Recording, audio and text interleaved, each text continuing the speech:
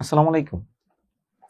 বাংলাদেশের সর্ববৃহৎ online platform বিদ্যাবাড়ির digital classroom থেকে আমি ফুজাইল রহমান।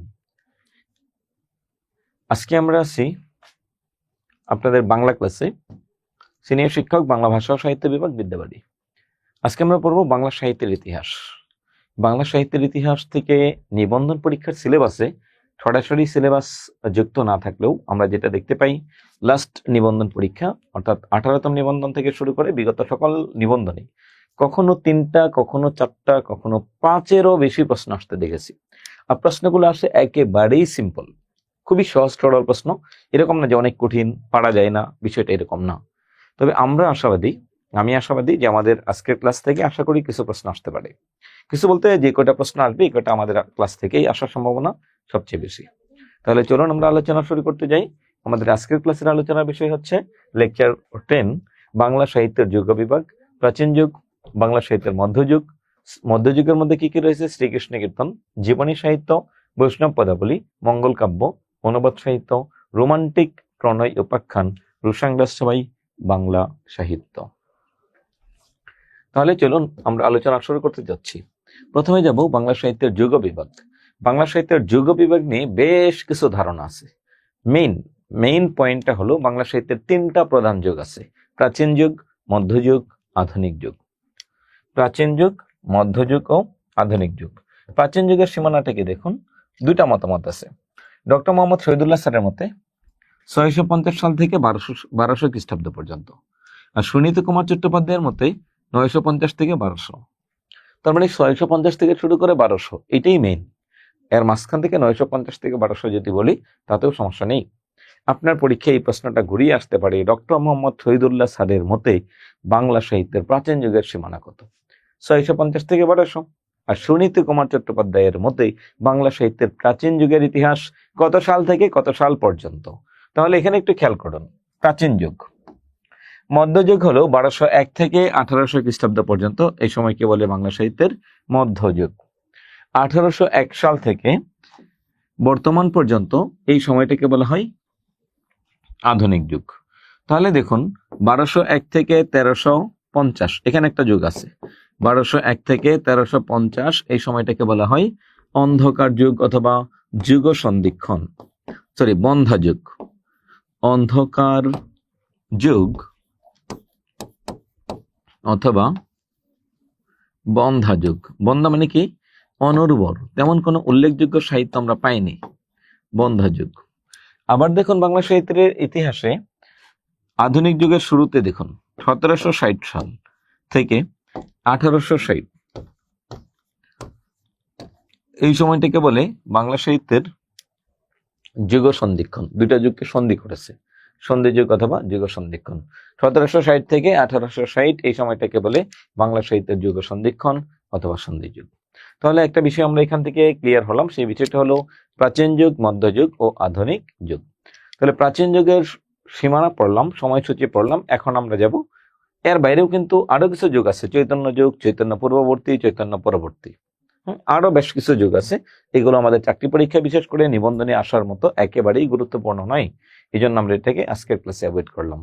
তাহলে চলুন বাংলা সাহিত্যের ইতিহাস আমরা শুরু করব প্রাচীন যুগ দিয়ে। বাংলা সাহিত্যের প্রাচীন যুগের একমাত্র সাহিত্যিক নিদর্শন হলো চর্যাপদ। এটা হচ্ছে একটা কবিতার সংকলন, গানের সংকলন। চর্যাপদ হচ্ছে কবিতা বা গানের সংকলন। তাহলে কি গানের সংকলনও হতে পারে, কবিতার সংকলনও হতে পারে। প্রথমে এটাকে রচনা করা হয়েছে বই হিসাবে, কবিতা হিসাবে, আর প্রাচীনকালে এই বইকে গান হিসাবে গাওয়া হইতো। যেহেতু গান হিসেবে গাওয়া হতো, তাই এটাকে বলা হয় গানের সংকলন, অথবা কাব্য আকারে লেখা ছিল কবিতার সংকলন। এটা প্রাচীনকালের একটা বিখ্যাত বই। প্রাচীনকালের এই অঞ্চলে বাংলা ভাষাভাষী যারা ছিল তাদের মধ্যে থেকে অধিকাংশ সময় ছিল পালরা এই দেশকে শাসন করেছে। বাংলাদেশের ইতিহাসের মধ্যে সবচেয়ে দীর্ঘস্থায়ী রাজবংশের নাম পাল। প্রায় 400 বছর পর্যন্ত পালরা এই দেশকে শাসন করেছে। পালদের পর ক্ষমতায় এসেছিল সেন, সেনদের পর ক্ষমতায় এসেছে তুর্কি শাসক বৃন্দ। তাহলে এখানে দেখুন, পালরা যখন ক্ষমতায় ছিল তখন তাদের মধ্য থেকেই একটা স্পেশাল সম্প্রদায় ছিল শাহজিয়া বা সহজিয়া সম্প্রদায়। এই সহজিয়া সম্প্রদায়ের ধর্মীয় গ্রন্থের নাম হচ্ছে চর্যাপদ। সর্বশেষ বিসিএস একটা প্রশ্ন আসছে, চর্যাপদ কোন ধর্মের বই, কোন সম্প্রদায়ের? সেখানে অপশনটা ছিল সহজ জানি সম্প্রদায় বা সহজ ঘানি লেখা ছিল। তাহলে দেখুন, এটা হচ্ছে একটা সাধন তত্ত্ব। এটার নাম কি? একটা সাধন তত্ত্ব, সহজিয়া ধর্মের সাধন তত্ত্ব। এখন আসুন চর্যাপদের পদকর্তা এবং পদ সংখ্যা। যেহেতু চর্যাপদ একটা বই, এই বইয়ের ভিতরে কি আছে দেখুন। এই বইয়ের মধ্যে পদ সংখ্যা মানে কবিতার সংখ্যা ছিল 50 অথবা 51টি। এখানে পদের সংখ্যা ছিল কয়টি? 50 অথবা 51টি। জাস্ট একটা বই, এই বইয়ের মধ্যে পদের সংখ্যা হচ্ছে 50 বা 51। এটা কেমন কথা যে 50 নাকি 51? এখানে মত আছে। ডক্টর মোহাম্মদ শহীদুল্লাহ স্যারের মতে হচ্ছে 50টি, আর সুনীত কুমার চট্টোপাধ্যায়ের মতে হচ্ছে 51টি। তাহলে দেখুন, এটা একটা বই, কবিতার সংখ্যা মানে পদ সংখ্যা মানে কবিতার সংখ্যা 50 বা 51টি। কারা লিখছে তাদেরকে বলা হয় পদকর্তা। চর্যাপদের রচয়িতার সংখ্যা, এখানেও দেখুন দুইটা মত, একটা 23, একটা 24।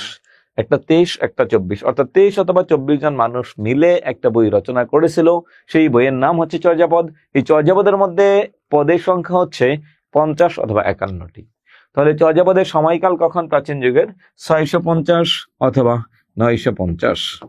এখন আপনাকে মনে রাখতে হবে, আপনি কি করে মনে রাখবেন একটু দেখুন। 650 নাকি 950, এই সালটাকে আপনাকে মনে রাখতে হবে। মনে রাখবেন যে এটা ছোট সংখ্যা, 650 ছোট সংখ্যা, 23 বা 24 ছোট সংখ্যা, 50 বা 51 ছোট সংখ্যা হচ্ছে ডক্টর মোহাম্মদ শহীদুল্লাহ স্যারের মত। ডক্টর মোহাম্মদ শহীদুল্লাহ স্যারের মতে চর্যাপদের মধ্যে ছোট সংখ্যাটা ডক্টর মোহাম্মদ শহীদুল্লাহ। আর যেটা বড় সংখ্যা 23 বা 24-এর মধ্যে ছোট 23, বড় 24।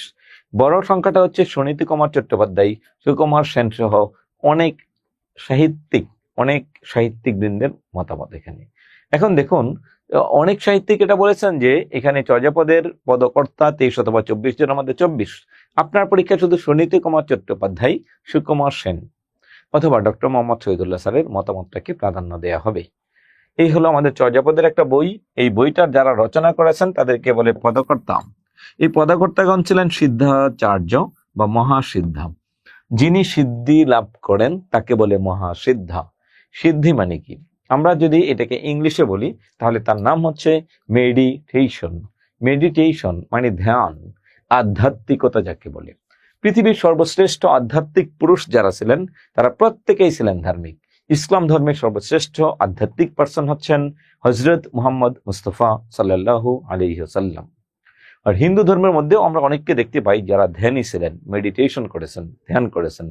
হযরত মুহাম্মদ সাল্লাল্লাহু আলাইহি ওয়াসাল্লাম যখন তিনি ধ্যান করতেন তখন হেরা গুহার মধ্যে তিনি অনেক দীর্ঘ সময় অতিবাহিত করেছেন ধ্যান করে করে। নিজেকে ফিট করেছেন মহান আল্লাহ তাআলার ঐশী গ্রন্থ কুরআনকে হৃদয়ে ধারণ করার জন্য। যদিও মহান আল্লাহ তাআলার স্পেশাল সৃষ্টি সময়ের মধ্যে স্পেশাল সৃষ্টি ছিলেন হযরত মুহাম্মদ সাল্লাল্লাহু আলাইহি ওয়াসাল্লাম, তিনিও মেডিটেশন করেছেন। হযরত মুসা আলাইহিস সালাম যখন তাওরাত কিতাব পেয়েছেন তখনও তিনি ধ্যান করেছেন। এদিকে যদি আসি হিন্দু ধর্মের ইতিহাস, রামায়ণ রচনা করেছেন যিনি 7টা খণ্ডে 7 কাণ্ডে রামায়ণ, বিশাল বড় একটা বই রচনা করেছেন। তার নাম ছিল বাল্মীকি। তিনি ব্যক্তি জীবনে, বাল্য জীবনে তিনি ছিলেন একজন দস্যু, রত্নাকর মানে ডাকাত ছিল, তার নাম ছিল রত্নাকর। এই ডাকাতি পেশা থেকে তিনি হঠাৎ করে অনেকগুলো খুন করেছিলেন। কোনো একজন ভালো সাধু মানুষের সাথে দেখা হলে সাধু মানুষ তাকে বলেছিল, তুমি যে এতগুলো অন্যায় করছো, এতগুলো খুন করেছো, এগুলোর দায়ভার কে নেবে? সে বলে, এটা আমার পেশা, আমি এটা করে খাই। তাহলে যেহেতু আমি এটা করে খাই, আমার বউ বাচ্চা ছেলে মেয়ে মা বাবাকে খাওয়াই, তারাই আমার পাপের ভাগ নেবে। বললো না, নেবে না। বললো যাও, বাড়িতে গিয়ে দেখো যে মিলে কিনা। তখন তারা নিবে কিনা, কেউই নেয়নি। তারা একটা সময় পর্যন্ত তারা সবাই না করে দিল যে কেউই তারা নিবে না। যখন তারা বলে দিল যে তারা কেউই এটার দায়ভার নিবে না, তখন ওই সময়টার মধ্যে যদি আমরা দেখি, তখন সে হঠাৎ করে তার মধ্যে একটা পরিবর্তন আসলো। সে সাধুকে বলল, আমি ভালো হতে চাই। তখন সাধু তাকে অর্ডার দিল, তুমি জনসংস্রব থেকে দূরে যাও। পরবর্তীতে তাকে বলেছিল তুমি রাম রাম বলো, রাম রাম। সে বলতে পারেনি, সে মরা বলেছিল। তখন থেকে পরবর্তীতে তিনি কি করলেন? মেডিটেশন করলেন। মেডিটেশন করতে করতে ওই প্রকার ডিবির উপর বসে তিনি মেডিটেশন করতেন।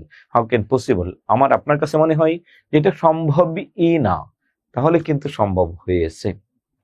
তার মানে যারা মেডিটেশন করে করে নিজেকে সিদ্ধ করেছেন, নিজেকে মানে পিউরিফাইড করেছেন, নিজেকে বিশুদ্ধ করেছেন, তারা হচ্ছেন মহাসিদ্ধা।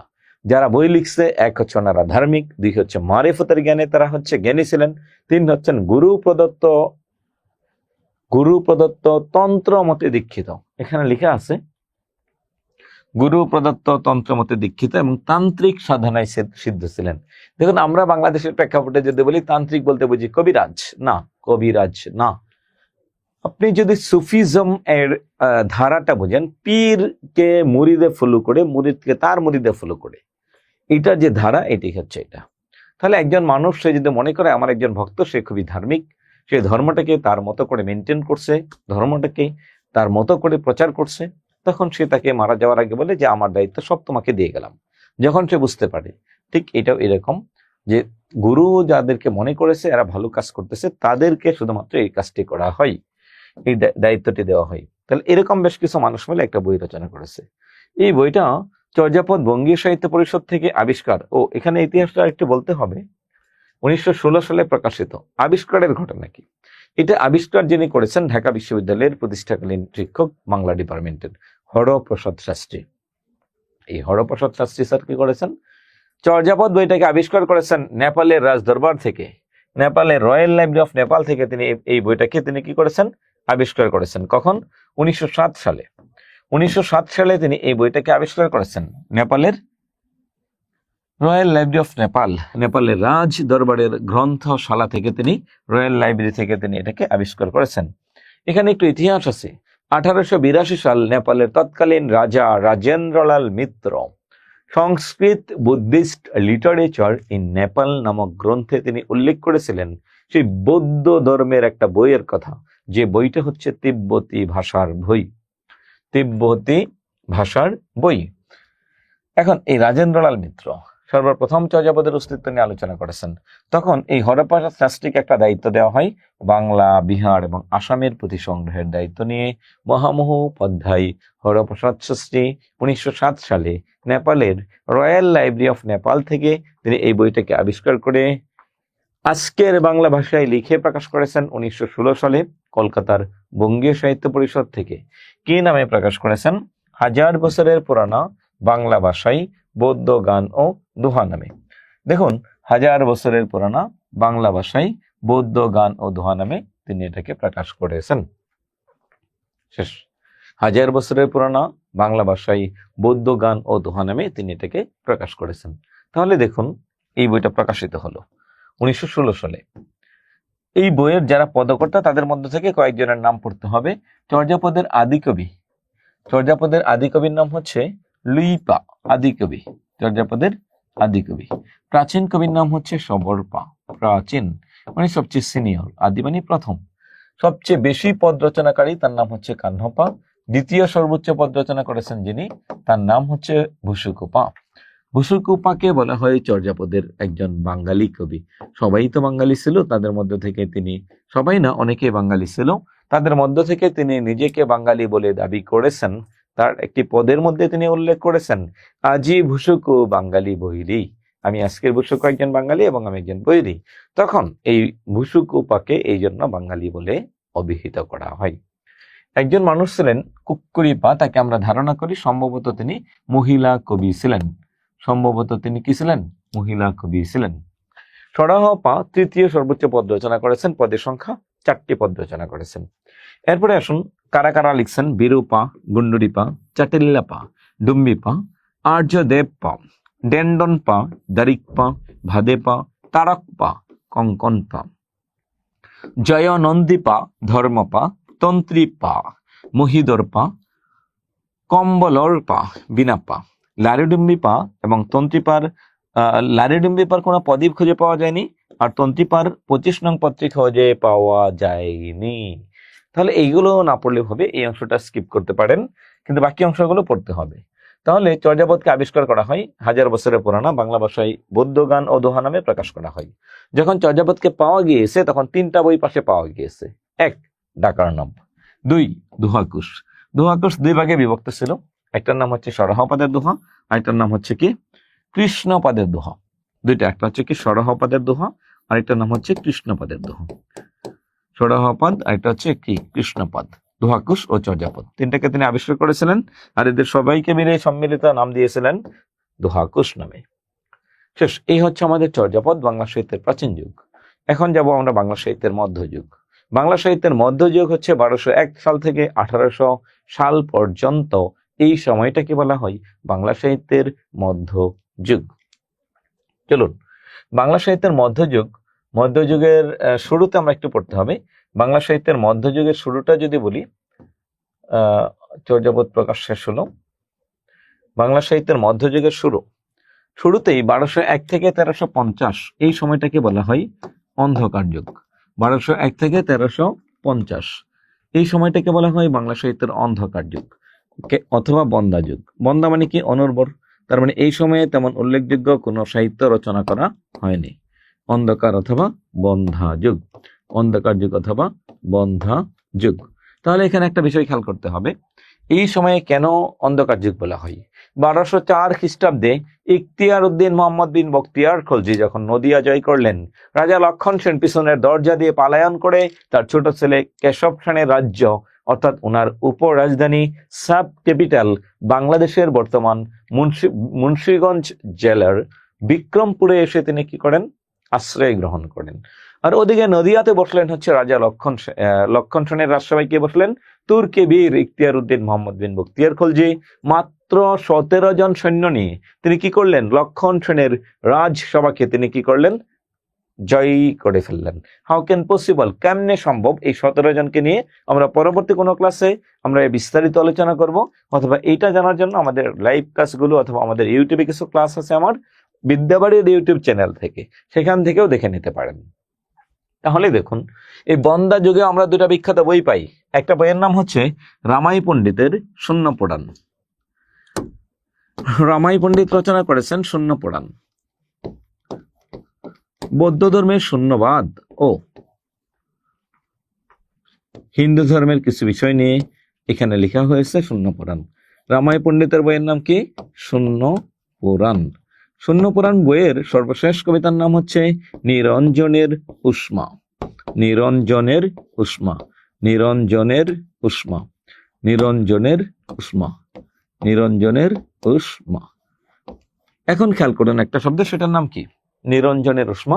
রামাই পণ্ডিত, রামাই পণ্ডিত তার এই বইটাকে রচনা করেছেন। শেষ। এখানে একটা বিষয়, এটা পরীক্ষায় এসেছে। এটা হচ্ছে গদ্য ও পদ্যে মিশ্রিত এক ধরনের চম্পু কাব্য। চম্পু কাব্য বলা হয়, চম্পু কাব্য। এটি হচ্ছে গদ্য ও পদ্যে মিশ্রিত। চম্পু কাব্য কি? গদ্য প্লাস পদ্য মিশ্রিত কাব্য। গদ্য প্লাস পদ্য মিশ্রিত কাব্যকে বলে চম্পু কাব্য। গদ্য প্লাস পদ্য মিশ্রিত কাব্যকে বলে চম্পু কাব্য। এক। দ্বিতীয় বইয়ের নাম হচ্ছে হুলায়ুদ মিশ্রের শেখ শুভোদয়া। হুলায়ুদ মিশ্র, হুলায়ুদ মিশ্র কর্তৃক রচিত, হুলায়ুদ মিশ্র কর্তৃক রচিত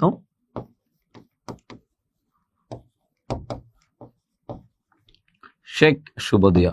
আল্লামা জালালউদ্দিন, শেখ জালালউদ্দিন তাবুরাচি নামক একজন পীর ছিলেন, তার যে কাহিনীগুলো আলোচনা করেছেন সেটার নামই হচ্ছে শেখ শুভোদয়া। বেশ কিছু কারণে সাহিত্য তার সাহিত্য মর্যাদা হারায়, যেটা প্রমোদ চৌধুরী ওনার সাহিত্য খেলা প্রবন্ধের মধ্যে বলেছেন। বিজ্ঞানের চুষিকাঠি, দর্শনের বেলুন, রাজনীতির রাঙ্গালাঠি, নীতির টিনের ভেপু সহ বেশ কিছু বিষয় যখন সাহিত্যের বাজার চেয়ে যায়, তখনই কারো মনোরঞ্জন করার জন্য যদি কেউ কোনো সাহিত্য লিখে, তবে সেই সাহিত্য কখনোই তার সাহিত্য মর্যাদা পায় না। যেহেতু এই সাহিত্য কখনো সাহিত্য মর্যাদা পায় না, তাই এই ধরনের সাহিত্যকে বলা হয়, এই ধরনের সাহিত্য থাকা সত্ত্বেও এই সময়টাকে বলা হয় অন্ধকার যুগ অথবা dark period of Bengali literature. এই দুটা বইয়ের নাম আপনাকে একটু পড়ে নিতে হবে। ওকে, আমরা এখন যাব বাংলা সাহিত্যের মূল মধ্যযুগ। বাংলা সাহিত্যের মূল মধ্যযুগের সূচনা ছিল কোথায়? সূচনা ছিল বাংলা সাহিত্যের মূল মধ্যযুগ শ্রীকৃষ্ণ কীর্তন নামক একটা কাব্যকে কেন্দ্র করে। হিন্দু ধর্মের কেউ যদি আমার এই রেকর্ড ক্লাস দেখেন, তবে আপনাকে আমি প্রথমেই ক্ষমা চেয়ে নিচ্ছি যে এখানে আমরা যে কৃষ্ণকে পড়বো, এই কৃষ্ণ আপনাদের ধর্মীয় কৃষ্ণ না, এটা হচ্ছে একটা কাল্পনিক চরিত্র। এটা একটা কাল্পনিক চরিত্র। এই কৃষ্ণটা আপনাদের ধর্মীয় কৃষ্ণ নন। শ্রীকৃষ্ণ কীর্তন এই শ্রীকৃষ্ণ কীর্তন মানে ভগবান কৃষ্ণের গুণ কীর্তন করে বাংলা সাহিত্যে যে বই রচনা করা হয়েছে তার নাম শ্রীকৃষ্ণ কীর্তন। আসলে কি গুণ নাকি দোষ, আমরা এটা ক্লাস শেষে আমরা আলোচনা এবং আমরা এটাকে বিস্তারিত সমালোচনা করব যে আসলে শ্রীকৃষ্ণ কীর্তন কাব্যের মধ্যে শ্রীকৃষ্ণ কীর্তনের গুণকে বর্ণনা করা হয়েছে নাকি দোষকে বর্ণনা করা হয়েছে। চলুন, শ্রীকৃষ্ণ কীর্তন কাব্যের মূল বিষয়বস্তু হচ্ছে কৃষ্ণ লীলা। কাব্যটি ভাগবতের আলোকে জয়দেবের গীত গোবিন্দ কাব্যের অনুসরণে রচনা করা হয়। শ্রীকৃষ্ণ কীর্তন কাব্যটির বর্তমান বয়স হচ্ছে, রচনার বয়স হচ্ছে 500 বছর। রচনার 500 বছর পর এটাকে আবিষ্কার করা হয়, অর্থাৎ 1909 সালে এটা আবিষ্কার করা হয়। তার মানে যদি আমরা পিছনে যাই 500 বছর, তার মানে 1409 সালের দিকে হয়তো এটাকে রচনা করা হয়েছে, বা 1400 সালের শুরুর দিকে এটাকে রচনা করা হয় বইটিকে।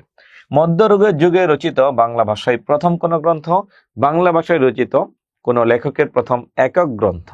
মধ্যযুগের আদি কাব্য গ্রন্থ হলো বাংলা সাহিত্যের দ্বিতীয় গ্রন্থ শ্রীকৃষ্ণ কীর্তন।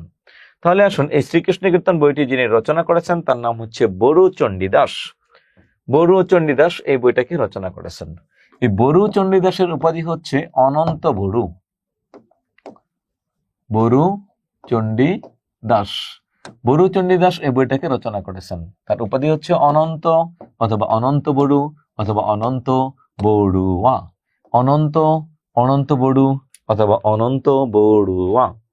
তাহলে দেখুন, এই বইটা তো রচনা করেছে সেই 1400 সালের দিকে, কিন্তু এটা আমরা আমাদের হাতে পেয়েছিলাম 1909 সালে। বর্তমান পশ্চিমবঙ্গের বাঁকুড়া জেলার কাকিল্লা গ্রামের একজন কৃষক ছিল দেবেন্দ্রনাথ মুখোপাধ্যায়, তার গোয়ালগড় থেকে আমরা এটাকে আবিষ্কার করেছি। যিনি আবিষ্কার করেছেন তার নাম হচ্ছে বসন্ত রঞ্জন রায়, তার উপাধি হচ্ছে বিদ্যুৎ দল্লভ। বিদ্যুৎ দল্লভ বন বিষ্ণুপুরের নিকটবর্তী কাকিল্লা গ্রামে দেবেন্দ্রনাথ মুখোপাধ্যায়ের গোয়ালগড় থেকে এই বইটাকে আবিষ্কার করা হয়। এখানে কিছু বিষয় আছে। হাতে লেখা পুঁথিখানির প্রথমে 2টি পাতা, মাঝখানে কয়েকটি পাতা ও শেষে অন্তত 1টি পাতা নেই, এগুলো জানা আপনার দরকার নেই। এই বইটিকে শ্রীকৃষ্ণ সন্দর্ভ এই পুঁথি 1323 খ্রিস্টাব্দে বঙ্গীয় সাহিত্য পরিষদ থেকে প্রকাশিত হয়।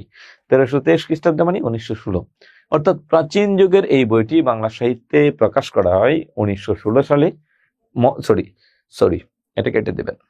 বাংলা সাহিত্যের মধ্যযুগের এই বইটিকে আবিষ্কার করা হয় 1400 সালের শুরুতে হলেও 1916 সালে বর্তমান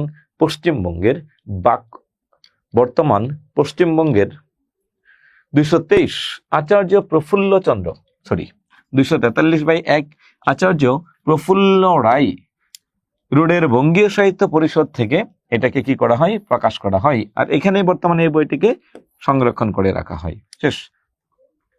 বসন্ত রঞ্জন রায়ের উপাধি কে দিয়েছেন? বিদ্যুৎ দল্লভ। নবদ্বীপের রাজা ভুবনমোহন তাকে এই বিদ্যুৎ দল্লভ উপাধি প্রদান করেছেন। বিদ্যার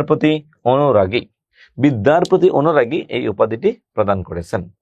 এখন আসুন, এই শ্রীকৃষ্ণ কীর্তন যে লিখছে, যে প্রকাশ করেছে পড়লাম, কিন্তু এই শ্রীকৃষ্ণ কীর্তনের কাহিনীটা কি? শ্রীকৃষ্ণ কীর্তনের কাহিনী হলো 3টা প্রধান চরিত্র, রাধা, কৃষ্ণ, বড়াই। পরমাত্মা বা ঈশ্বর বা নারায়ণের অবতার হচ্ছে এই কৃষ্ণ। জীবাত্মা বা প্রাণীকুলের প্রতীক হলো বা লক্ষ্মীর অবতার। রাধার অপর নাম হচ্ছে চন্দ্রাবলী। অন্যান্য চরিত্রের মধ্যে আছে বাসুদেব, দেবকী, কংসরাজা, নন্দগোপ, যশোদা ও নন্দগোপের ঘরে একজনের জন্ম, পদ্মা ও সাগর গোয়ালার ঘরে আরেকজনের জন্ম। আয়ান ঘোষ হচ্ছে রাধার হাজবেন্ড, উনি ছিলেন নপুংসক। বিষ্ণু, মদনদেব, ললিতা, বিশাখা, জটিলা, কুটিলা, এগুলো হচ্ছে শ্রীকৃষ্ণ কীর্তনের চরিত্র। তাহলে শ্রীকৃষ্ণ কীর্তন যে বইটি আছে, এই বইটি 13টি খণ্ডে বিভক্ত। প্রত্যেকটা খণ্ডের মধ্যে খণ্ড উল্লেখ থাকলেও একটা খণ্ডের মধ্যে খণ্ড উল্লেখ নেই। জন্মখণ্ড, দান খণ্ড, তাম্বুল খণ্ড, বৃন্দাবন খণ্ড, কলিয়া দমন খণ্ড, ভার খণ্ড, বান খণ্ড, ছত্রখণ্ড, কলিয় দমন যেটা যমুনা খণ্ড, হার খণ্ড, বস্ত্রহরণ খণ্ড, বংশী খণ্ড, রাধা বিরহ। সকল খণ্ডে খণ্ড উল্লেখ থাকলেও একটা খণ্ডে খণ্ড উল্লেখ নেই, তার নাম হচ্ছে রাধা বিরহ, মানে দুজনের প্রেমের ব্রেকআপ। আমরা কয়েকটা খণ্ড হালকা একটু আলোচনা করব, যেন আপনি সহজে মনে রাখতে পারেন। সহজে মনে রাখার জন্য আমরা কয়েকটি খণ্ড আলোচনা করব। তাহলে চলুন আমরা কয়েকটি খণ্ড একটু দেখে আসি। কয়েকটি খণ্ড কি কি? এখানে আমরা যদি প্রথমে যাই জন্মখণ্ড। জন্মখণ্ড মানে কি? জন্মখণ্ডে রাধা ও কৃষ্ণের পৃথিবীতে জন্মগ্রহণের কাহিনী বর্ণিত হয়েছে। শ্রীকৃষ্ণের জন্ম হয় কংস রাজাকে বধ করার জন্য। দৈব নির্দেশ অনুযায়ী বাসুদেব ও দেবকীর ঘরে কৃষ্ণের জন্ম হয়। বাসুদেব ও দেবকী এদের ঘরে জন্ম হয়। এদিকে কৃষ্ণ, এই কংস শিশু কৃষ্ণকে হত্যার জন্য লোক পাঠায়। আর এ থেকে রক্ষার জন্যে কৃষ্ণকে বৃন্দাবনে নন্দগোপের গড়ে রেখে আসা হয়। সেখানেই দৈবোচ্ছায় আরেক রাধা, কি বলে এটাকে, রাধা আরেক গোপ, সাগর গোয়ালা মানে কি, যে গরুর দুধ দহন করে ও সাগর গোয়ালা এবং তার স্ত্রী পদ্মা, তাদের দুইজনের ঐরসে জন্মগ্রহণ করে। দৈব নির্দেশেই নপুংসক, যার মধ্যে কোনো পৌরুষত্ব নেই, যার মধ্যে কোনো, কি বলে এটাকে, যে পুরুষালী এরকম কোনো গুণ নেই, অর্থাৎ যিনি সন্তান জন্মদানে অক্ষম পুরুষ, তাকে বলি নপুংসক। এরকম একটা পুরুষের সাথে ওনার বিয়ে হয়। আইহান ঘোষ অথবা আয়ান ঘোষ নামক একজন গোপের সাথে তার বিবাহ হয়। আইহান গোচারণ করতে গেলে রাধাকে বৃদ্ধা পিসি বড়াইয়ের তত্ত্বাবধানে রেখে যান। এখন দেখুন, এটা হচ্ছে তাদের জন্মখণ্ড। দ্বিতীয় খণ্ড যদি আসলে তাম্বুল রাতুল হইল অধর পড়োশে। একটা প্রশ্ন ছিল বিসিএসে, যে ঠোঁটের পড়োশে পান লাল হলো কি পানের পড়োশে ঠোঁট লাল হলো? বলেন তো যে কোনটা হতে পারে? পানের পড়োশে ঠোঁট লাল হলো নাকি ঠোঁটের পড়োশে পান লাল হলো? কোনটা হয়? ঠোঁটের পড়োশে পান নাকি পানের পড়োশে ঠোঁট? আপনার কাছে কি মনে হয়? ঠোঁটের পড়োশে পান লাল হলো। এখন আসুন, রাধা, তাদের এখানে তাম্বুল মানে হচ্ছে পান। এখানে রাধা মেয়েটা খুবই পানখোর। হ্যাঁ, আমরা এটা একটু দেখবো যে রাধা মেয়েটা পানখোর এবং তাদের সাথে একটু পরিচয় হলো কেমনে। রাধা অন্য গোপীদের সাথে মথুরাতে দুধ বিক্রি করতে যায় এবং বড়াইও সাথে যায়, কিন্তু মাঝপথে বড়াই রাধাকে হারিয়ে ফেলে খুঁজতে থাকে। রাধা মেয়েটা হচ্ছে যেহেতু গোয়ালার মেয়ে, ঘুম থেকে উঠে গরুর দুধ দহন করে, গরুর গোয়ালঘর পরিষ্কার করে। প্রাচীন কালের মেয়েরা প্রচন্ড পরিশ্রমী ছিল।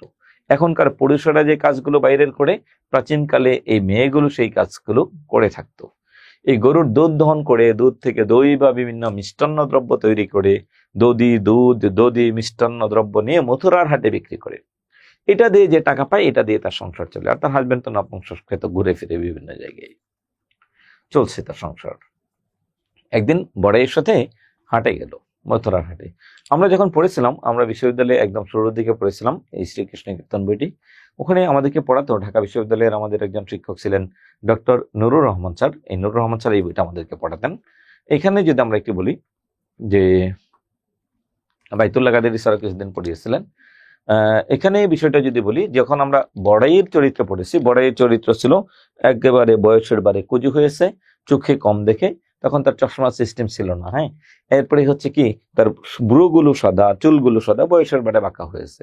রাস্তা দিয়ে যাচ্ছে বুড়া মানুষ আর ইয়াং মানুষ দুইজন একসাথে গেলে অবশ্যই ইয়াং মানুষ আগে চলে যাবে। মেয়েটা মাথায় বোঝা নিয়ে চলে গেল, সে হারিয়ে ফেললো। ওর কাছে জিজ্ঞাসা করে, তুমি কি আমার রাধাকে দেখেছো? কেউ দেখেনি। এরপর সর্বশেষ একটা সময় কৃষ্ণের কাছে গিয়ে জিজ্ঞাসা করলে কৃষ্ণের কাছে সে তার রূপের বর্ণনা করে। কৃষ্ণ তো চেনে না যে রাধাকে, রাধা কেমন। কৃষ্ণের কাছে যখন উনি রূপের বর্ণনা করতে যান, তখন কৃষ্ণ চিন্তা করলো, হাই হাই, দুনিয়াতে কি এত সুন্দর মেয়ে আছে? আচ্ছা আন্টি, চলেন যাই, একটু খুঁজে বের করি। উদ্দেশ্য খুঁজে বের করা না, উদ্দেশ্য হলো একটু দেখে আসা, কথা সত্য না মিথ্যা। এখন আসুন, কৃষ্ণের কাছে রাধার রূপের বর্ণনা করে এমন কালে দেখছে কিনা জিজ্ঞেস করে। কৃষ্ণ রাধার রূপের বর্ণনা শুনে রাধার প্রতি আকৃষ্ট হয় এবং তাকে পাওয়ার জন্য বিকুল হয়ে ওঠে। সে বড়াইকে দিয়ে রাধার কাছে প্রচলিত রীতি অনুযায়ী কর্পূর বাসিত তাম্বুল, চাকা নাগেশ্বরের ফুল এইগুলো পাঠায়। এখানে একটু ঘটনা আছে, আমরা একবারে সংক্ষেপে উপস্থাপন করছি। শিক্ষক নিবন্ধন পরীক্ষায় যদিও বিস্তারিত আসে না, তবু কাহিনীটা আপনি একটু মজাদার, অর্থাৎ রসালু কাহিনী, একটু জাস্ট শুনে রাখলে এটা সম্পর্কে একটা আইডিয়া থাকবে যে শ্রীকৃষ্ণ কীর্তন এই বিষয়ক বই, অথবা যারা বাংলা ভাষা ও সাহিত্য পড়ালেখা করেছেন ওনারা বিস্তারিত হয়তো পড়ে এসেছেন। তখন এই বড়াই কি করেছে, এই বড়াইয়ের ঘটনাটা দেখুন। এই দিন দেখে চলে আসলো, তার বললো যে আন্টি আচ্ছা ঠিক আছে চলেন, আপনার বাড়ি পর্যন্ত আগায় দিই। উদ্দেশ্য বাড়ি পর্যন্ত আগায় দিই এটা না, উদ্দেশ্য আপনার বাড়িটা একটু চিনে আসি। যাই হোক, চিনে আসলো। চীনে আসার পর তাদের মধ্যে এখানে আমরা যে রিয়াকশনটা দেখতে পাই, পরবর্তী দিন সকালবেলায় কর্পূর বাসিত পান, এখন আমরা কি বলি খিলি পান, এই পান সেই পান, হ্যাঁ এই টাইপের মানে ভ্যারাইটিস যে পানগুলো আছে এরকম এরকম পান ও তাম্বুল সহ তার কাছে উপহার পাঠাই। যখন পান ও তাম্বুল সহ তার কাছে ও প্রস্তাব দেই, উপহার সহ প্রস্তাব পাঠাই, কি প্রেমের প্রস্তাব, আমি তোমাকে ভালোবাসি। কৃষ্ণ পান এবং কর্পূর বাসিত পান মানে সুগন্ধি পান, এরপরে কি আছে ফুল সহ তাকে যখন পাঠাই, কিন্তু বিবাহিত রাধা পান ফুল পায়ে মারিয়ে সেই প্রস্তাব প্রত্যাখ্যান করে। সেই প্রস্তাব যখন প্রত্যাখ্যান করে মানে লাথি দেয়, ফেলে দেয়। এখান থেকে বাংলা সাহিত্যে কিছু গান আসছে বৈষ্ণব পদাবলী এবং শ্রীকৃষ্ণ কীর্তন থেকে। সেখানে একটা গানও ধরেছিল, কালো মানিক হাত পেতেছে চাঁদ ধরিতে চাই, বামন কি আর হাত বাড়ালেই চাঁদের দেখা পাই। মানে হচ্ছে এই বেটা নিজের দিকে চায় দেখছো, আইনে গিয়ে নিজের একটু দেখে আসো, হ্যাঁ আমি কত কিউটের ডিব্বা আর তুমি কাল্লার ঘরের কাল্লা। হ্যাঁ একটা গালি দিয়েছে, মানে আজকের বাংলায় গালিটা দিলে এমনই হতো কালোর ঘরের কালো, এই টাইপের হতে পারতো। তখন যখন এই গালিটা দিয়েছে তখন কৃষ্ণ তো ইগোতে লেগে গেছে, সেও বলেছিল কালো কালো করিস নালু ও গোয়ালার জি বিধাতা আমাই করেছে কালো। আচ্ছা বাকিটা জানেন, হ্যাঁ আমার কি দোষ, আমি কি করব। যাই হোক এখানে দুইজনের ঘটনা শেষ হতে পারত। ছত্রখণ্ড আমরা দেখতে পাই সে ছত্র বহন করে, ভারখণ্ডে আমরা দেখতে পাই সে ভার বহন করে করে করে কাছাকাছি যেতে চাই, দিন শেষে বিনিময় হিসাবে শারীরিক সম্পর্ক চাই, মেয়েটা কোনো মতেই রাজি হয়নি। অনেকগুলো খণ্ড আছে। এরপরে আমরা যদি আসি যমুনা খণ্ড, যমুনা খণ্ডে মেয়েগুলো গোসল করতে যাই। গোসল করতে যাওয়ার সময় তারা প্রাচীনকালে আমাদের এখন যদি বলেন, আপনি যে আমার ক্লাস রেকর্ড দেখছেন, যদি আপনি ছেলে হন, আমি যদি আপনাকে জিজ্ঞেস করি আপনার বাসায় কয়টা ড্রেস আছে, নতুন পুরাতন ফর্মাল নন ফর্মাল সব মিলে অন্তত 10-12টা হবে। আর যদি মেয়ে হন তাহলে 2 থেকে আড়াই গুণ হবে, 10-12 2 থেকে আড়াই গুণ হবে।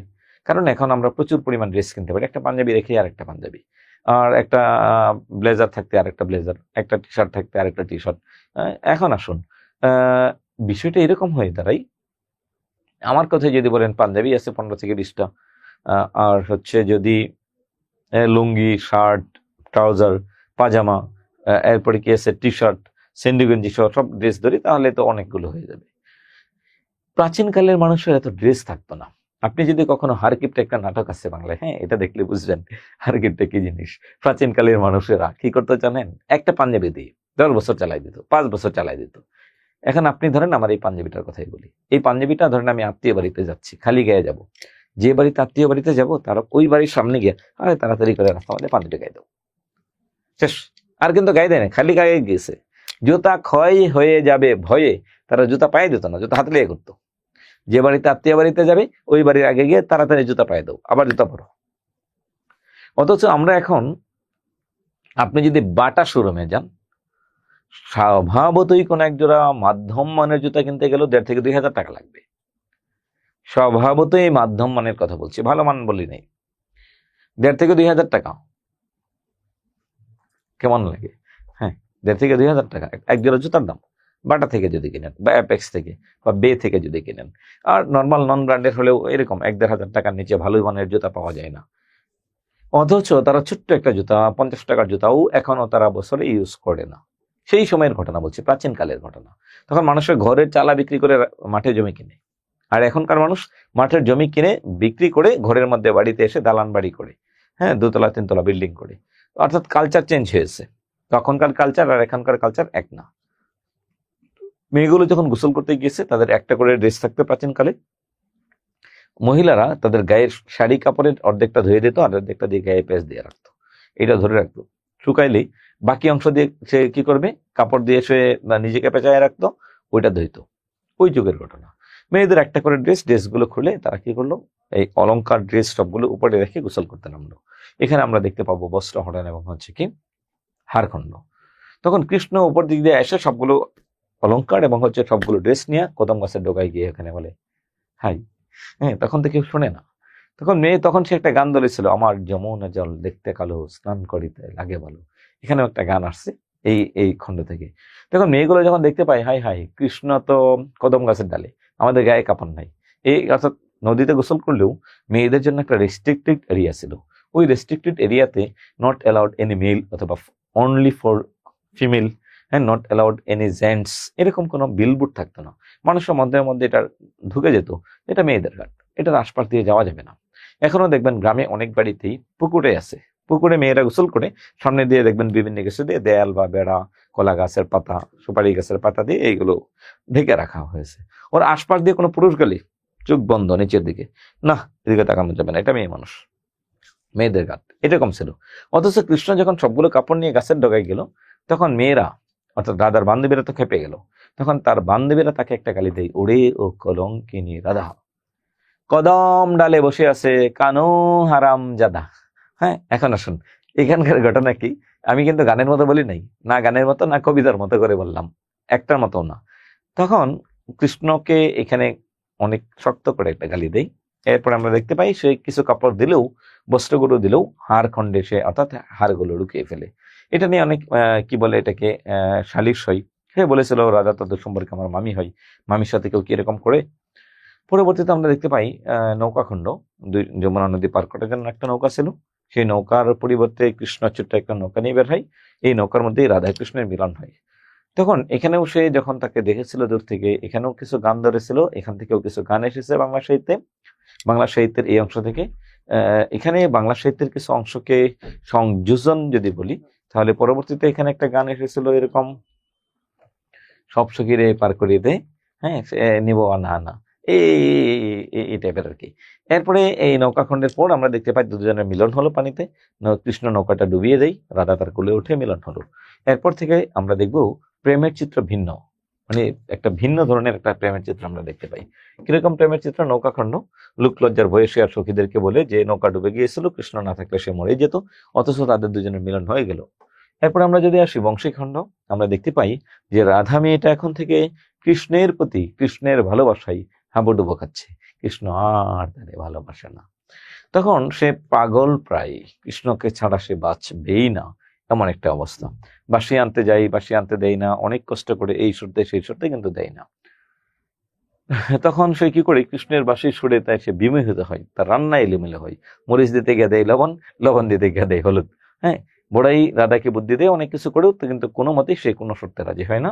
সর্বশেষ আমরা দেখতে পাই কি, এখানেও একটা গান এসেছে, পল্লী কবি জসীমউদ্দীনের একটা গান আমরা পাই, ওই শোন কদম্ব তলে বংশী বাজাই কে রে সখী, বংশী বাজাই কে, মাথার বেনি খুইলা দিব তারে আয়না দে, হ্যাঁ গলার হার জড়িয়ে দেব ঐনা পথের পাই, যেন গলার হার তার পায়ে জড়িয়ে যায়, তার আমি যেতে দেবো না, যে কোনো মূল্যে আটকাবো, হাত দিয়ে আটকাবো, পা দিয়ে আটকাবো, কানেরটা খুলে দেবো, নাকেরটা খুলে দেবো, গলার হার খুলে আমি রাস্তায় সরাইয়া রাখবো, এটা আমাদের পা আটকে গিয়ে যেন সে পড়ে যায়, তখন আমি তাকে খপ করে ধরবো, মানে তাকে আমি ভালোবাসি। বিষয়টা অনেকটা এই টাইপের।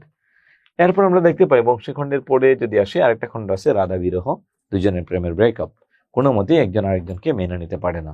কিন্তু রাধা মেয়েটা এটাকে কোনোভাবেই গ্রহণ করতে পারে না। কৃষ্ণ তো মেনেই নিয়েছে, কৃষ্ণ তার সাথে থাকবেই না, কৃষ্ণ তাকে ভালোবাসেই না এখন। তখন আমরা দেখতে পাই এখানকার ঘটনাটা এরকম।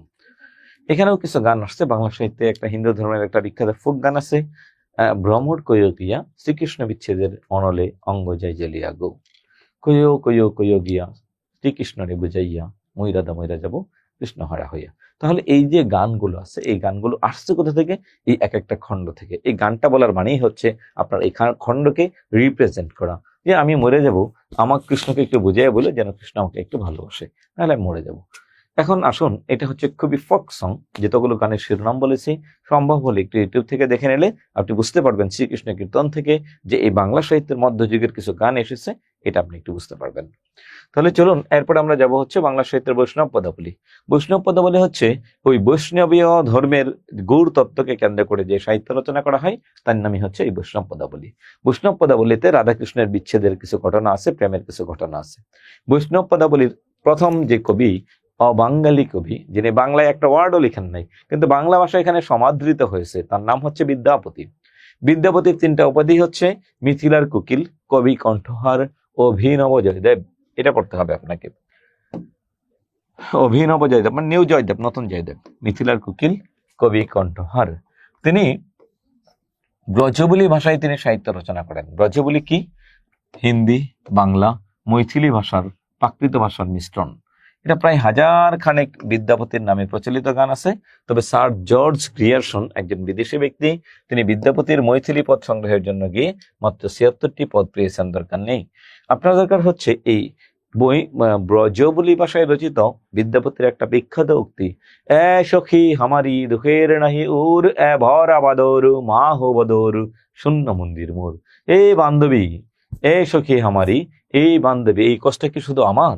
এটা কি ওর কষ্ট না, কৃষ্ণের কষ্ট না?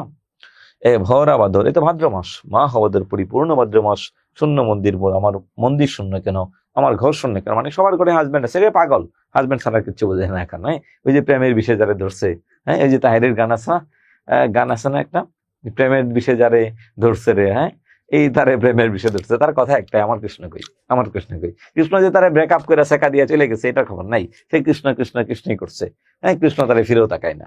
এখন এমন একটা অবস্থা, তখন তিনি বলছেন এই কষ্ট কি শুধু আমার, এই কি কৃষ্ণ কি এই কষ্ট পায় না? আসলে কৃষ্ণ কিচ্ছু পায় না, কৃষ্ণ তারা ছেড়ে চলেই গেছে অলরেডি। এরপরে আসুন, এরপরে দ্বিতীয় খণ্ড হচ্ছে চণ্ডীদাস। পদাবলীর প্রথম কবি, পদাবলীর প্রথম বাঙালি কবি, তার নাম চণ্ডীদাস। চণ্ডীদাস তিনি ছিলেন একজন জমিদার পুত্র, একজন ব্রাহ্মণের ছেলে, একজন পুরোহিত। এই চণ্ডীদাস বিশাল রাজকীয় জীবনযাপন বাদ দিয়ে তিনি জীবন শেষে কি কষ্টে না তার জীবনটা কাটিয়েছেন, আমরা এখানে একটু দেখব। এই চণ্ডীদাসের কাহিনী একটা করুণ কাহিনী রয়েছে। এই করুণ কাহিনী এবং তার এই জীবনের দুঃখ কষ্টের জন্য রবীন্দ্রনাথ ঠাকুর তাকে তুলনা দিয়েছিলেন কার সাথে? তার কবিতাকে তিনি বলেছেন এটা অতলান্ত বেদনা সুর তার কবিতার মধ্যে পাওয়া যায়। তার কবিতাই হচ্ছে অতলান্ত বেদনা সুর। আমরা দুইটা উক্তি যদি আমরা এখানে একটু পড়ি তাহলে বুঝতে পারবেন কি আছে। সরি, চণ্ডীদাসের কথা, শোনো মানুষ ভাই, সবার উপরে মানুষ সত্য, তাহার উপরে নাই। এটা পরে বলবো, সই কেমনে ধরিব হিয়া, আমারই বধুয়া আনবাড়ি যাই, আমারই আঙ্গিনা দিয়ে। তার মানে হচ্ছে এই বান্ধবী, এটা আমি কেমনে সহ্য করি এই কষ্ট, অর্থাৎ এই যে কৃষ্ণ যে আমাকে শেখা দিয়ে চলে গেল, এই কষ্ট তো আমার সহ্য হয় না। এখন কৃষ্ণ অন্যের বাড়ির সামনে যাই, আমার বাড়ির সামনে দিয়া রঙ্গ করে হাঁটতে যাই, হ্যাঁ, তখন আমার কি অবস্থা হয়। মমতাজ খালার একটা গান আছে, এটা পড়লে বুঝবেন এখান থেকে নেয়া, হ্যাঁ, তখন আমার কি অবস্থা, এটা বলতেছে। সে আবার বলেছিল, সই কেবার শোনাইলো এই শ্যাম নাম। এখানে দেখুন, সই মানে বান্ধবী, কে শোনাইছিল এই শ্যামলার ঘরে শ্যামলার নাম, এটাও বেশ কয়েকবার আসছে, কে বা শোনালো এই শ্যাম নাম। শ্যামলার ঘরে শ্যামলার নাম কে শোনাইছে? তার মানে প্রথমে কিন্তু সে বলেছিল কালো মানিক, কালো মানিক হাত পেতেছে যার ধরিতে চাই। প্রথমে যাকে সে কালো বলে গালি দিয়েছিল তখন তো সে তারে পছন্দ করতো না, এখন তো সে তারে ভালোবাসে। কৃষ্ণ না হয় তারে ভালোবাসে না, তখন সে বলছিল সই এই শ্যামলার ঘরে শ্যামলার নাম কে আমার শুনেছিল, না হলে আজকে আমার এত কষ্ট ছিল না। এইটার ইতিহাস যদি বলতে যাই, এটা মাঝে মাঝে চাকরি পরীক্ষায় আসে, রিটেন পরীক্ষায় আসে, ভাব সম্প্রসারণ হিসেবে আসে। চণ্ডীদাসের একটা বিখ্যাত প্রেম ছিল কার সাথে? রজকিনীর সাথে। রজকিনী, রজকিনী হচ্ছে একজন ধূপার মেয়ে। সে মন্দির পরিষ্কার করে সারাদিন, মাগুরা জেলার কালিন্দী নদীর তীরে কি করে কাপড় ধোয়। তাকে দেখার জন্য চণ্ডীদাস নদীর ওই পারে একটা মঞ্চ তৈরি করলো, এই মঞ্চে বসে সারাদিন বসে নিয়ে বসে থাকে, টানা 12 বছর বসে নিয়ে বসেছিল। বর্ষাকালে না হয় নদীর পানি বেশি থাকে, ভরপুর থাকে, হালকা সুতা দিয়ে বসিতে মাছ ধরা যায়। শীতকালে তো নদীর পানি কম থাকে। নদীর পানি যদি শীতকালে কম থাকে তখন সেই ক্ষেত্রে কি হবে? সেই ক্ষেত্রে হয়তো আপনাকে বড়শি সামনে নিতে হবে, অথবা মঞ্চ সামনে নিতে হবে। সে তো নদীর ঘাটের উপরে পার্মানেন্ট একটা মঞ্চ তৈরি করেছে, যেহেতু 12 বছর সে এখানে বসে পাই। কোন এক শীতকালে এই রজকিনী, বিশাল বড় ঘটনা, শর্টকাট বললাম, এই রজকিনী মেয়েটা যখন নদীর ঘাটে কাপড় কাচতে আসলো, তখন রজকিনীকে মানুষ বহুভাবে বিরক্ত করেছে, তীর নিক্ষেপ করেছে, বিষাক্ত তীর। রজকিনী কিন্তু চণ্ডীদাসের মাথা খাইছে, হ্যাঁ, রজকিনী কিন্তু চণ্ডীদাসের ঠ্যাং খাইছে, হাত খাইছে, পা খাইছে, অনেকটা এই টাইপের। আমাদের সমাজে প্রেম করলে মেয়ের দোষ নাই, ছেলের দোষ নাই, দিন শেষে মেয়েটার দোষ। একটা মেয়েটাকে ঠিকই পতিতা বলে, যে ছেলেটা তাকে পতিতা বানিয়েছে তাকে বলে না তুই একটা পতিত, হ্যাঁ, এটা কিন্তু বলে না। তাহলে এখানে দেখুন, এখানে যে শব্দটা আমরা বলবো সেই বিষয়টা হলো যে তিনি যখন এখানে মঞ্চ তৈরি করলেন, 12 বছর পর চণ্ডীদাসকে রজকিনী একদিন জিজ্ঞাসা করে, কি গো মশাই, আপনার বড়শি থেকে মাছ ধরলো? তখন সে বলল, না, এই পর্যন্ত কোনো মাছ ধরে নাই, মাত্র একটা মাছ টুকরানো দিল। এখন আপনার কাছে আমার প্রশ্ন, এটা কোন মাছ? হ্যাঁ, তখন তার বড়শির মাথা পানি থেকে বহু দূরে সাদা মাটিতে পড়ে আছে, এরকম না যে পানিতে পড়ে আছে। শীতকাল, কারণ নদীর মঞ্চে আকাশে উঠে বসে আছে আর নদীর পানি তো একবারে তলানিতে গিয়ে ঠেকেছে। তখন সে বলেছে যে না। এরপর থেকে তাদের দুজনে প্রেম হলো, কথা হলো, একজন আরেকজনকে বিয়ে করলো। সমাজ মেনে নিল না, এখন চণ্ডীদাসে মাথাকে ন্যাড়া করে দিল, মাথায় ঘুল ঢেলে দিল। এরপরেও যখন সে কোনো মতেই বাঁচার কোনো সুযোগ ছিল না তার, তখন সে বলেছিল, শোনো মানুষ ভাই, সব মানুষ তোমরা শোনো, সবার উপরে মানুষ সত্য, তাহার উপরে নাই। কে ব্রাহ্মণ কে নন ব্রাহ্মণ এগুলো বাদ দাও, আমি তারে ভালোবাসি, আমাদের ভালোবাসাকে মেনে নাও, কিন্তু সমাজ তাকে মেনে নেয়নি।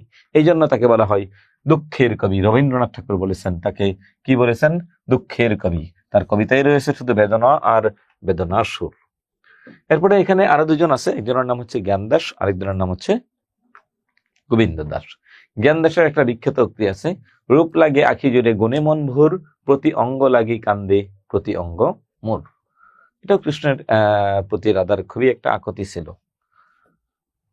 এরপরে আসুন মঙ্গল কাব্য। মঙ্গল কাব্য মানে কি? মধ্যযুগে দেবদেবীর প্রশংসা করে যে কাব্য রচনা করা হয়েছে, যে স্তুতি গেয়ে যে আখ্যান কাব্য রচনা করা হয়েছে, স্বপ্নে আদিষ্ট হয়ে যে কাব্য রচনা করা হয়। যে কাব্য লেখার সময় এক মঙ্গলবারে লেখা হতো, আরেক মঙ্গলবারে শেষ হতো। যে কাব্য পড়ার সময় এক মঙ্গলবারে শুরু হতো, আরেক মঙ্গলবারে শেষ হতো।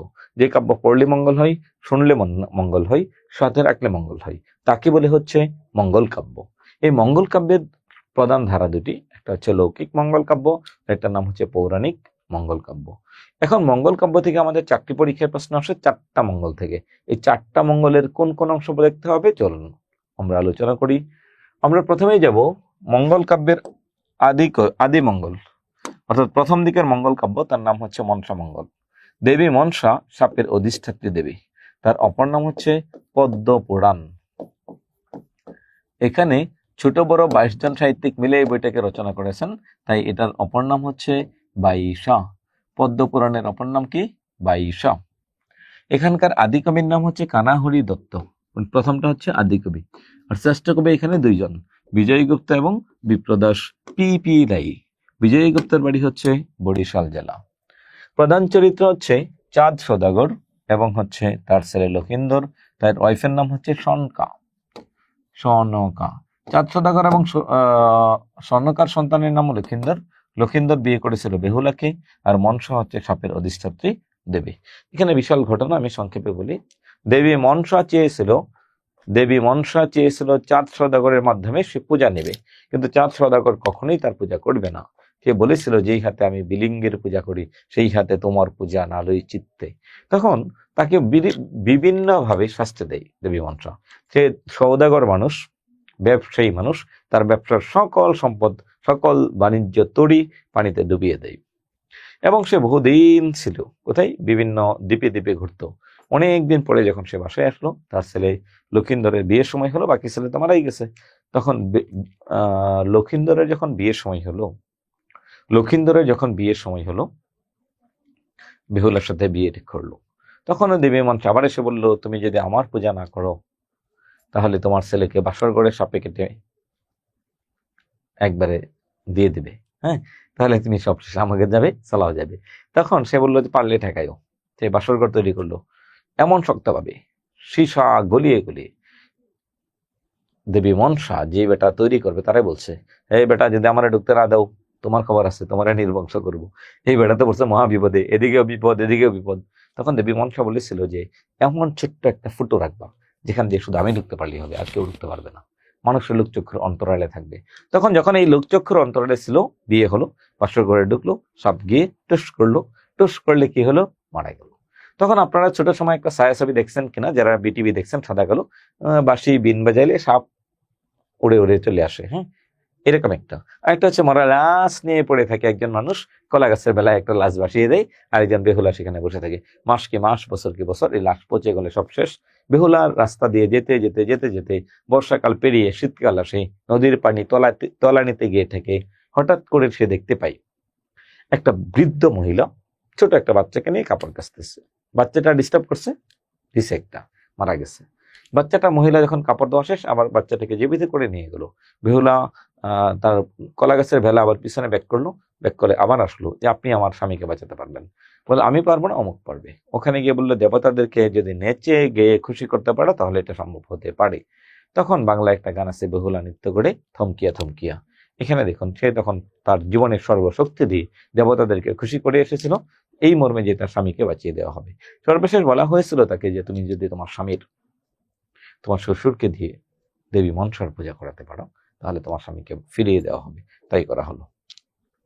সে এমনি পূজা করে নেই, এমনি করে বাম হাতে পূজা দিয়েছিল পিছনের দিকে, তাও দিয়েছিল, তখন তার ছেলেকে বাঁচিয়ে দেওয়া হলো। দ্বিতীয় বিষয় আসুন, দেবী চণ্ডী। এই চণ্ডী মঙ্গলের অপর নাম হচ্ছে অভয়া মঙ্গল।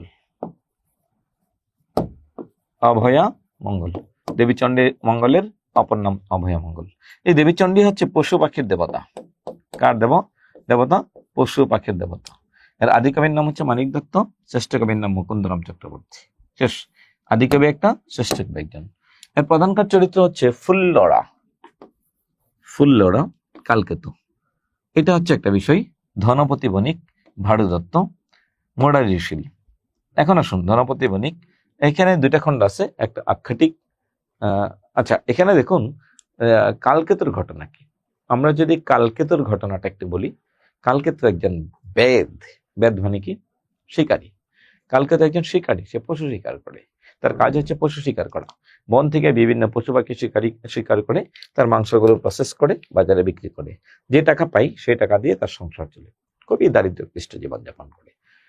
এরকম ভাবে যখন সে পশু পাখি শিকার করতে করতে করতে করতে একটা সময় বনের সকল পশু পাখি একসাথে হয়ে দেবী চণ্ডীর কাছে বিচার দিল যে কালকেতু আমাদেরকে শেষ করে দিচ্ছে, আপনি কালকেতুর হাত থেকে আমাদেরকে বাঁচান। তখন দেবী চণ্ডী একটা ডিসিশন নেয় যে এর হাত থেকে বাঁচাতে হলে তোমরা সবাই আজকে লুকিয়ে থাকো। সে বিশাল বড় এক স্বর্ণগদিকার রূপ ধারণ করে। এখন আপনার কাছে প্রশ্ন হলো, স্বর্ণগদিকা কি? একে ধরে নিয়ে আসে ঘরে, একে ধরে নিয়ে আসলো মানে কি? সে দেবী চণ্ডী স্বর্ণগদিকার রূপ ধারণ করে ওটাকে নিয়ে আসলো। তার বউ আসছে ফুল্লরা। ফুল্লরা কিন্তু একটু দরজাল টাইপের মহিলার মতো। ফুল্লরা এসে যখন দেখলো লাল বেনারসি শাড়ি পরে একটা মেয়ে, হ্যাঁ, দেবী তো দেবী, কেমন সুন্দর হতে পারে আপনি একটু কল্পনা করেন, এরকম সুন্দর একটা মেয়ে বসে আছে। তখন বললো, তোমাকে কে আনিয়েছে? সে বললো, আমাকে কালকেতু আনিয়েছে। যেহেতু কালকেতু আনিয়েছে, তখন সে এখানে বলেছিল, কালকেতুর ঘরের কালকেতু তোরে খাইছি। মেয়েটাকে অনেক কিছু বললো যে দেখো আমরা খুব অভাবে আছি, তুমি চলে যাও, এই সংসারে তুমি থাকতে পারবে না। এই বর্ষাকালে পানি পড়ে, আমার গায়ে কাপড় নাই, সেরা কাপড়, ঠিক মতো ভাত খাইতে পারি না। তখন মেয়ে তো যাবে না। তখন সে বলেছিল কালকেতুকে, পিপিলিকার পাখা উঠে মরি বাড়ি তোড়ে, কাহার ষোড়শী কন্যা তুমি আনিয়াছ মোর ঘরে। আমার বেটা ভাত খাইতে দিতে পারস না, হ্যাঁ, থাকতে দিতে পারিস না, তুই আরেকটা বিয়ে করছস, আমার আর ভাল লাগে না। মানে অনেকটা এই টাইপের, মানে খাইছি তোর একদিন আজকে কি আমার একদিন। আমাদের আজকের মহিলা হইলে এই কথাটা বলতো। তখন আমরা এখানে দেখতে পাই, এখানে পরবর্তীতে দেবীচণ্ডী তার পরিচয় দিল, বললো কেন এই কাজ করো? বললো যে আমাদের অভাব, দারিদ্র ক্লিষ্ট জীবন। তখন তাকে বললো, তুমি যাও অমুক জায়গায় পাহাড় কাটো, পাহাড় কেটে একটা নগরের পত্তন করো, ওখানে অনেক স্বর্ণ পাবে, ওই স্বর্ণগুলো বিক্রি করে এনে তুমি তোমার সংসার চালাবে, আর পশু পাখিকে হত্যা করবে না। তাই করা হলো। এরপরে দেখা হলো ভাড়ু দত্তের সাথে। কার সাথে দেখা হলো? ভাড়ু দত্ত। ভাড়ু দত্ত হচ্ছে ষড়যন্ত্রকারী, আর মোরারিশীল সে হচ্ছে ঠক চরিত্র। এখন দেখুন, মোরারিশীল তাকে ঠকাই কিভাবে? এই স্বর্ণগুলো যখন বিক্রি করতে যাবে স্বর্ণকারের নিকট, মুরারির কাছে, তখন মুরারি কি বললো, এত সোনা নহে, সোনা নহে, এত বাপু ব্যাঙ্গা পিতল, ঘষিয়া মাজিয়া বাপু করিয়াছে উজ্জ্বলায়, এতগুলো স্বর্ণ কই পাইছিস বেটা? এই তো ব্যাঙ্গা পিতল একটা। তাহলে স্বর্ণ 1 কেজি হলে কি পরিমাণ টাকা হবে, আর 1 কেজি পিতলের দাম কি? এটা বলে তারা ঠকাই দিল। পরবর্তীতে দেবী চণ্ডীর আশীর্বাদে আবার ফেরত পাই। সে তার রাজ্যে কি করে? আরোহণ করে। পরবর্তীতে মুরারিশীলের পরিবর্তে ভাড়ু দত্ত নামক একজন ষড়যন্ত্রকারী আসে, তার কাছে মন্ত্রিত্ব চাই, সে দেয় না। পার্শ্ববর্তী রাজার সাথে তার একটা ঝগড়া বাঁধিয়ে দেয়। এই ঝগড়াটা বাঁধিয়ে দেওয়ার পর তাকে অ্যারেস্ট করে জেলে বন্দি করে, সেখান থেকে দেবীর কৃপায় সে আবার বের হয়ে আসে। যাই হোক, আপনারা শুধু যতটুকু স্ক্রিনে দেখতে পাচ্ছেন, অন্নদামঙ্গল কাব্য। অন্নদামঙ্গল কাব্য হচ্ছে কাব্যের রচয়িতা ভারতচন্দ্র রায়গণাকর, বাংলা সাহিত্যের মধ্যযুগের সর্বশ্রেষ্ঠ কবি। 1760 সালে তিনি মারা যান। এই সময় থেকে বাংলা সাহিত্যের মূল মধ্যযুগের সমাপ্তি হলো, মানে মঙ্গল যুগের সমাপ্তি হলো। এর প্রধান চরিত্র হচ্ছে ঈশ্বরী পাটনি, হীরামলিনী। একজন হচ্ছে হীরামলিনী, আরেকজনের নাম হচ্ছে ঈশ্বরী পাটনি। এখানে অনেকগুলো উক্তি আছে। আমার সন্তান যেন থাকে দুধে ভাতে, নগর পুরিলে দেবালয় কি এড়াই, নগর পুরিলে দেবালয় কি এড়াই, আমার সন্তান যেন থাকে দুধে ভাতে, বড় পিরিতি বালির বাদ, ক্ষণেকে হাতে ধরি ক্ষণেকে চাঁদ। এই জাতীয় আরো কিছু উক্তি আছে। করিতে বাঘের দুধ মিলে, বেশ কিছু উক্তি আছে। ধর্মমঙ্গল, এই মঙ্গল যুগের একমাত্র মঙ্গল, যেটা হচ্ছে পুরুষ দেবতা ধর্ম ঠাকুরকে ঘিরে এক ধরনের মানুষ পূজা করত। তারা হচ্ছে হিন্দু সমাজের সবচেয়ে নিচু সম্প্রদায়ের মানুষ, তাদেরকে বলা হতো ডোম। এই ডোম সমাজের মানুষ যে ধর্ম ঠাকুরের পূজা করত, এই ধর্ম ঠাকুরকে কেন্দ্র করে বাংলা সাহিত্যে যে মঙ্গল কাব্য এসেছে তার নাম ধর্মমঙ্গল। আদি কবির নাম ময়ূর ভট্ট, আর শ্রেষ্ঠ কবির নাম হচ্ছে রূপরাম চক্রবর্তী। কোথাও কোথাও গণরাম চক্রবর্তী পাওয়া যায়। এখানকার প্রধান চরিত্র হচ্ছে রাজা হরিশ্চন্দ্র এবং লাউ সেন। এখানকার দুটো ঘটনা আছে, বিস্তারিত সময় সুযোগ না থাকার কারণে আমরা এখানে স্কিপ করলাম। এই ছিল আমাদের মঙ্গল কাব্য। আপনার শিক্ষক নিবন্ধন পরীক্ষার জন্য আশা করি এই অংশটুকু পড়লেই চলবে, এবং এই অধ্যায় থেকে এসেছে বিগত বছরের প্রশ্নগুলো একটু অ্যানালাইসিস করবেন। রোমান্স ধর্মী প্রণয় উপাখ্যান। আমরা এতক্ষণ শেষ করলাম বাংলা সাহিত্যের মধ্যযুগের মঙ্গল কাব্য। এখন আমরা যাব রোমান্স ধর্মী প্রণয় উপাখ্যান, অর্থাৎ যেখানে প্রেম বিষয়ক আলোচনা রয়েছে তাদেরকে বলা হয় রোমান্স ধর্মী প্রণয় উপাখ্যান বা প্রেম উপাখ্যান। তাহলে এখন আসুন আমরা যে বিষয়টা আলোচনা করতে চাচ্ছিলাম সেটা হচ্ছে বাংলা সাহিত্যের বিখ্যাত একটা গ্রন্থ রয়েছে ইউসুফ জুলেখা। পবিত্র কোরআনের 12 নং সূরা সূরা ইউসুফ এবং হচ্ছে বাইবেলে বর্ণিত ইউসুফ ও জুলেখার যে কাহিনীগুলো কোট করা হয়েছে, ইউসুফ ও জুলেখার যে কাহিনীগুলো কোট করা হয়েছে, এই কাহিনীগুলো বাংলায় অনুবাদ করেছেন যিনি, তার নাম হচ্ছে শাহ মোহাম্মদ শগীর। মনে রাখতে হবে মূল গ্রন্থ ইউসুফ ও জুলাইকা থেকে, যেটা রচনা করেছিলেন ফার্সি ভাষায় আব্দুর রহমান জামি, এখান থেকে বাংলায় অনুবাদ করা হয়েছে ইউসুফ জুলেখা। প্রথম কোন মুসলিম কর্তৃক রচিত কোন সাহিত্য, অনুদিত সাহিত্য। লাইলিয়া মজনুন থেকে লাইলি মজনু দৌলত উজির বাহারাম খান। কে অনুবাদ করেছেন, কোন গ্রন্থ থেকে, এটা পড়বেন। সাইফুল মুলক বদিউজ্জামাল, আলাউল ও দোনাগাজী চৌধুরী। ছোট সময় একটা জনপ্রিয় চলচ্চিত্র ছিল আলিফ লাইলা ও লাইলা। এই আলিফ লাইলা ও লাইলা এটার বাংলা অনুবাদ হচ্ছে সাইফুল মুলক বদিউজ্জামাল। আলাউল অনুবাদ করেছেন এবং হচ্ছে দোনাগাজী চৌধুরী। এরপরে সতীমাইনা ও লুরচন্দ্রানী প্রথম 2টা খণ্ড করেছেন দৌলত কাজী। 3য় খণ্ডের আগেই তিনি মারা যান, তখন এই সতীমাইনা লুরচন্দ্রানীর 3য় খণ্ড অনুবাদ করেছেন আলাউল, আর প্রথম 2টা করেছেন দৌলত কাজী। পদ্মাবতী এটা অনুবাদ করেছেন কে, আলাউল। কোথা থেকে, হিন্দি ভাষায় একটা বিখ্যাত বই ছিল পদুমাবদ, মালিক মোহাম্মদ জাইসির একটা বিখ্যাত বই পদুমাবদ। এই পদুমাবদ থেকে তিনি বাংলায় অনুবাদ করেছেন এই পদ্মাবতী। পদুমাবদ থেকে বাংলায় অনুবাদ করেছেন কি, পদ্মাবতী গ্রন্থটি। এরপরে আসুন, এরপরে যাব হচ্ছে রুশাং রাজসভায় বাংলা সাহিত্য। রুশাং রাজসভা কাকে বলে, মধ্যযুগে সপ্তদশ শতক, এর শুরুর দিকে বাংলা সাহিত্যের উৎকর্ষ সাধন করেছিল রুশাং রাজসভা। তখনকার সময় তো মিয়ানমার, বাংলাদেশ, ভারত এরকম আলাদা রাষ্ট্র ছিল না। বর্তমান মিয়ানমারের রাখাইনরা যে অঞ্চলে বাস করে তাকে বলে আরাকান প্রদেশ, এবং তার পার্শ্ববর্তী অঞ্চল হচ্ছে চীন প্রদেশ। এই অঞ্চলে যারা বসবাস করত তাদের মধ্যে থেকে মুসলিম মনীষীরা এখানে সাহিত্য চর্চায় সবচেয়ে বেশি গুরুত্বপূর্ণ ভূমিকা পালন করেছিলেন। যে সাহিত্যিক বৃন্দ সবচেয়ে বেশি গুরুত্বপূর্ণ ভূমিকা পালন করেছেন তাদের মধ্যে হচ্ছে দৌলত কাজী, তার গ্রন্থের নাম হচ্ছে সতীমাইনা লুরচন্দ্রানী। আলাউল হচ্ছে পদ্মাবতী। সপ্তপৈকর সিকান্দার নামা তুহফা, এটা ধর্মীয় কথা বা নীতিকাব্য। সাইফুল মুলক বদিউজ্জামান করেছে মাগন ঠাকুরের পৃষ্ঠপোষকতায় তিনি সাহিত্য রচনা করেছেন, আর ওনার পৃষ্ঠপোষকতায় তিনি রচনা করেছেন চন্দ্রাবতী। মর্দন কর্তৃক রচনা করেছেন নাসিরনামা। এরপরে আব্দুল করিম খন্দকার রচনা করেছেন দুল্লা মসজিদ ও নূরনামা। কে কোন সাহিত্য কর্মকে অনুবাদ করেছেন এটা হচ্ছে আপনাকে মুখস্থ রাখতে হবে। এরপরে যদি আমরা আসি, এখান থেকে আরো কিছু অংশ বাকি রয়েছে, তার নাম হচ্ছে লোকসাহিত্য। লোকসাহিত্যের অংশটা কি, লোকসাহিত্যের বিষয়টা হচ্ছে প্রাচীনকালে মানুষের লোকমুখে প্রচলিত যে কবিতা, গান ও কাহিনীগুলো চন্দ্রকুমার দে, স্যার জর্জ গ্রিয়ারসনের মতো বেশ কিছু ব্যক্তিবর্গ কি করেছেন, সংগ্রহ করেছেন, বর্তমানে বই আকারে প্রকাশ করেছেন। অর্থাৎ লোকমুখে প্রচলিত, লোকমুখে বিস্তার যে সাহিত্য তাকে বলে লোকসাহিত্য। এর প্রধান ধারা হচ্ছে 6টি। আমরা প্রথমে যাব হচ্ছে গীতিকা, গীতিকা। এরপরে হচ্ছে কথা, রূপকথা, উপকথা, ব্রতকথা। এরপরে হচ্ছে গীতিকা। এরপরে যদি আসি ধাঁধা, ধাঁধার ইংরেজি হচ্ছে পাজল, মাগো আমার সুলুক বলার কাজলা দিদি কই। ছড়া, প্রবাদ, প্রবাদ, খনার বচন, খনার বচন, প্রবাদ, খনার বচন। খনার বচন মানে খনা নামক একটা মেয়ে ছিল, সিংহল রাজকন্যার। ওনার কিছু উক্তি ছিল কৃষি কাজ রিলেটেড, এগুলোকে চিরন্তন সত্য হিসেবে ধরে নিয়ে হয়, এগুলোকে বলে খনার বচন। মূলা রুয়ে মানে কলা রুয়ে না কেটো পাত, তাতেই কাপড় তাতেই ভাত। একটা বিষয়। ষোলো চাষে তোলা, তার অর্ধেকে মূলা, তার অর্ধেকে ধান, বিনা চাষে পান। এগুলো হচ্ছে খনার বচন। প্রবাদ, কাঁচাই নানোয়ালে বাস, পাকলে করে ঠাস ঠাস। হাট্টিমা টিম টিম, ওরা মাঠে পারে ডিম, যাদের খাড়া দুটো শিং। অর্থাৎ শিশু মনকে আনন্দ দেওয়ার জন্য ছড়া।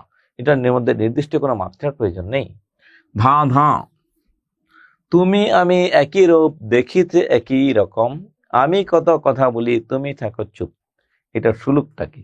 বিভিন্ন অঞ্চলে বলে না একটা সুলুক বল, এই সুলুকটা ব্যাখ্যা করো। এই শ্লোক থেকে আসছে সুলুক। এই সুলুকটা কি বিস্তারিত আলোচনা করবেন। মাগো আমার সুলুক বলার কাজলা দিদি কই। তাহলে দেখুন, ধাঁধা। ও, আমি তুমি একই রূপ একই রকম, আমি কত কথা বলি, তুমি থাকো চুপ। এটা হচ্ছে ছবি। দিন যাই মাস যাই, যাই চলে বছর। দিন যাই মাস যাই, যাই চলে বছর। এরপরে লাইনটা কি? ঘড়ি সংক্রান্ত একটা শ্লোক আছে না, আল্লাহ কি কুদরত, লাঠির ভিতর শরবত, এই টাইপের অনেকগুলো শ্লোক আছে। বন থেকে বেরোলো টিয়া, সোনার টোপর মাথায় দিয়া, আনারস, এরকম কিছু শ্লোক আছে, এদেরকে বলে ধাঁধা। কথাও তিন প্রকার, রূপকথা, অবাস্তব কাহিনী, ঠাকুরমার জলি, ঠাকুর দাদার জলি। অর্থাৎ রাক্ষস খুক্ষসের গল্প নিয়ে যে সাহিত্য হচ্ছে, এটার নাম রূপকথা। উপকথা মানে হচ্ছে পশু পাখির জীবনে নিয়ে যে সাহিত্য, তাকে বলে উপকথা। ঈশপের গল্প, খরগোশ এবং হচ্ছে কচ্ছপের গল্প। এরপরে রয়েছে হচ্ছে শিয়াল এবং হচ্ছে লাল মোরগ, কুমির আর শিয়ালের গল্প। বাচ্চাদেরকে বর্গা দেই, একটা একটা খেয়ে খেয়ে সব খেয়ে শেষ করে ফেলে। হ্যাঁ, একটাই 2 বার, একটাই 7 বার, একটাই 5 বার দেখাই, লাস্টের দিন সে উদাও। এই টাইপের গল্প। ব্রতকথা হচ্ছে মেয়েলি সাহিত্য, মেয়েদের বিভিন্ন বিষয় নিয়ে এখানে আলোচনা করা হয়। ব্রতকথা, ব্রতকথা, ব্রতকথা মানে হচ্ছে মেয়েলি সাহিত্য, ব্রত কথা। এখন আসুন গীতিকা। গীতিকা বলতে আমরা কি বুঝি? গীত, গীতের ক্ষুদ্রার্থে শ্রীবাচক হচ্ছে গীতিকা। ময়মনসিংহ গীতিকা, গীতিকা 3 প্রকার। এরপরে হচ্ছে পূর্ববঙ্গ গীতিকা, নাথ গীতিকা। পূর্ববঙ্গ গীতিকা, হ্যাঁ, নাথ গীতিকা। ময়মনসিংহ গীতিকা হচ্ছে মৈমন সিংহ, বানানটা খেয়াল করবেন। প্রাচীনকালে, অর্থাৎ ব্রহ্মপুত্র জেলার, বর্তমান ব্রহ্মপুত্র জেলার, কেটে দিবেন, বর্তমান ময়মনসিংহ বিভাগের, ময়মনসিংহ জেলার ব্রহ্মপুত্র নদীর পূর্ববর্তী অঞ্চল, ময়মনসিংহ, নেত্রকোনা ও কিশোরগঞ্জের মানুষের লোকমুখে প্রচলিত যে কবিতা, গান ও কাহিনীগুলো চন্দ্রকুমার দে কর্তৃক সংগৃহীত এবং দীনেশচন্দ্র সেন স্যার কর্তৃক সম্পাদিত হয় 1923 সালে, তাকে বলে ময়মনসিংহ গীতিকা। এত বেশি জনপ্রিয় ছিল যে এটাকে 23টি ভাষায় অনুবাদ করা হয়। এই ময়মনসিংহ গীতিকার পালার সংখ্যা 10টি। মহুয়া, মলুয়া, দেওয়ানা, মদিনা, চন্দ্রাবতী, কোনটা কোন পালা কে রচনা করেছেন মুখস্থ করবেন।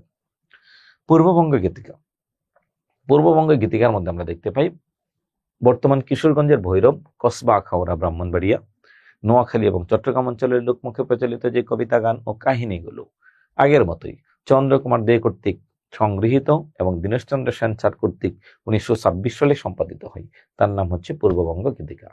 নিজাম ডাকাইতের পালা, কাফন চোরা সহ বিখ্যাত কিছু পালা রয়েছে এখানে। নাথ, নাথ গীতিকা রংপুর জেলার স্যার জর্জ গ্রিয়ারসন 1778 খ্রিস্টাব্দে রংপুর জেলার মুসলিম কৃষকদের লোকমুখে প্রচলিত যে কবিতা, গান ও কাহিনীগুলো সংগ্রহ করে মানিক চন্দ্র রাজার গান নামে প্রকাশ করেছেন, তাকে বলে নাথ গীতিকা। আমরা এখানে অনেকগুলো বিষয় পাই, আবার এখানে আমরা কিছু পল্লী গীতি পাবো। বিভিন্ন অঞ্চলের কিছু সাহিত্য রয়েছে, মানুষের মুখে মুখে প্রচলিত কিছু সাহিত্য, এগুলো কিন্তু লোকসাহিত্যের অন্তর্ভুক্ত। লোকসাহিত্য একক কোনো ব্যক্তির সৃষ্টি নাই, এটি সমাজের একেবারে নিম্ন শ্রেণীর মানুষের, অশিক্ষিত নিরক্ষর মানুষের তৈরি। এখন যদি আসি আমরা, এই লোককবি, এদেরকে বলা হতো আঞ্চলিকভাবে লোককবি অথবা বয়াতি। আব্দুর রহমান বয়াতি, আব্দুল কুদ্দুস বয়াতি, আমার পাগলা ঘোড়ারে কোন মানুষ কই লইয়া যায়। আরো অনেকগুলো গান আছে এখানে, ধূপ গান, জারি গান, শাড়ি গান, মার্শদি গান, মুর্শিদি গান, হ্যাঁ, মাহুত পাখির গান, এরপরে হচ্ছে গারিয়ালের গান, ওকে গারিয়াল ভাই, হ্যাঁ, এরপরে আছে বিভিন্ন অঞ্চলের ভাওয়াইয়া গান, টপকা গান, জারি গান, শাড়ি গান, বিভিন্ন অঞ্চলের গানগুলো এই লোকসাহিত্যের অন্তর্ভুক্ত। যেমন মাইজ ভান্ডারিতে আছে, মাইজ ভান্ডারির কিছু গান আছে, হ্যাঁ, ধর্মীয় কিছু গান আছে। গিয়াসউদ্দিন তাহিরি কিছু গান বলে না, হ্যাঁ, এটাই। এরপরে মাইজ ভান্ডারি স্কুল খুলে আছে, মাওলা স্কুল খুলে আছে, গাউসুল আজম মাইজ ভান্ডারি স্কুল খুলে আছে, এই টাইপের কিছু গান আছে। কেল্লা বাবার দরবারেতে, এরকম আরো কিছু গান আছে। দেহ তত্ত্ব নিয়ে কিছু গান আছে। অন্তরে অন্তরে দেখরে মন চিন্তা করে, প্রভু সাই অবলীলাই কি খেলা খেলাই। হ্যাঁ, মানুষকে কেমনে জন্ম দেওয়া হয়, কেমনে কতদিন মায়ের পেটে কেমনে কিভাবে ছিল, এই সেই বিভিন্ন তত্ত্ব আছে। ওই যে শরীয়তের গান, মারেফতের গান, অমুক সরকার তমুক সরকার, অমুক তমুক বয়াতি, যে গানগুলো বলে, লোকে বলে রে বাড়িঘর ভালো না ভাই, প্রাণের বান্ধব রে বুড়ি হইলাম তোর কারণে। এগুলো আমাদের চাকরি পরীক্ষায় বিগত বছরগুলোতে এসেছিল, এগুলো পরীক্ষায় এসেছিল। এরপরে আগে কি সুন্দর দিন কাটাইতাম, শাহ আব্দুল করিম। হ্যাঁ, এখনো ওনার আরো কিছু গান আছে, গাড়ি চলে না চলে না চলে না রে, আমার ঘরের চাবি পরের হাতে, লোকে বলে রে ঘর বাড়ি বালা না আমার। এই গানগুলো হচ্ছে কে কোথাকার কোন অঞ্চলের গান, এগুলো একটু পড়তে হবে। আপনার অঞ্চলের আঞ্চলিক কিছু গান পড়বেন, এগুলো চাকরির ভাইবার জন্য গুরুত্বপূর্ণ। শেষ হলো আমাদের বাংলা সাহিত্যের মধ্যযুগ। গুরুত্বপূর্ণ কিছু প্রশ্নে যাব আমি, সরি এই ভিডিওটা কেটে দেবেন। শূন্যপুরাণ গ্রন্থের রচয়িতা, শূন্যপুরাণ গ্রন্থটি রচনা করেছেন হচ্ছে রামাই পণ্ডিত। শূন্যপুরাণ আলাউল কোন শতাব্দীর কবি ছিলেন? আলাউল হচ্ছেন ষোড়শ শতাব্দীর কবি, সরি সপ্তদশ শতাব্দীর কবি।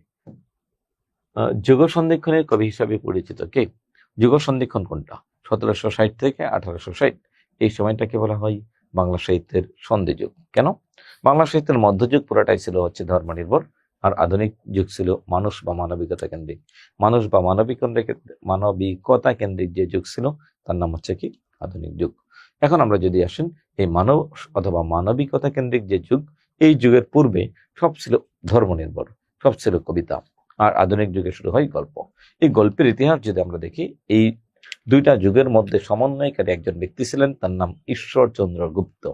তার একটা বিখ্যাত পত্রিকা ছিল, তার পত্রিকার নাম হচ্ছে সংবাদ প্রভাকর। এই সংবাদ প্রভাকর পত্রিকায় তিনি লেখালেখি করতেন। একটা বিখ্যাত উক্তি আছে, ঈশ্বরচন্দ্র গুপ্ত ব্যপ্ত চরাচর, যাহার প্রভাই প্রভা পাই সংবাদ প্রভাকর। সংবাদ থাকবে না, প্রভাই প্রভা পাই প্রভাকর। এখন আসুন ঈশ্বরচন্দ্র গুপ্ত, তার কিছু কবিতা আছে।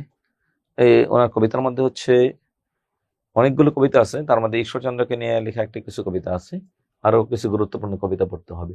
নিচের কোনটি কবি জৈনুদ্দিনের কাব্যগ্রন্থ? রসিল বিজয়ী। গীত গোবিন্দ কাব্যের রচয়িতা জয়দেব কার সভাকবি ছিলেন? গীত গোবিন্দ এই কাব্যের রচয়িতা জয়দেব কার সভাকবি ছিলেন? গীত গোবিন্দ রাজা লক্ষণ সেনের সভাকবি ছিলেন। রাজা লক্ষণ সেন ছিলেন বাংলার সর্বশেষ স্বাধীন রাজা। তিনি নদিয়াতে শাসন করতেন।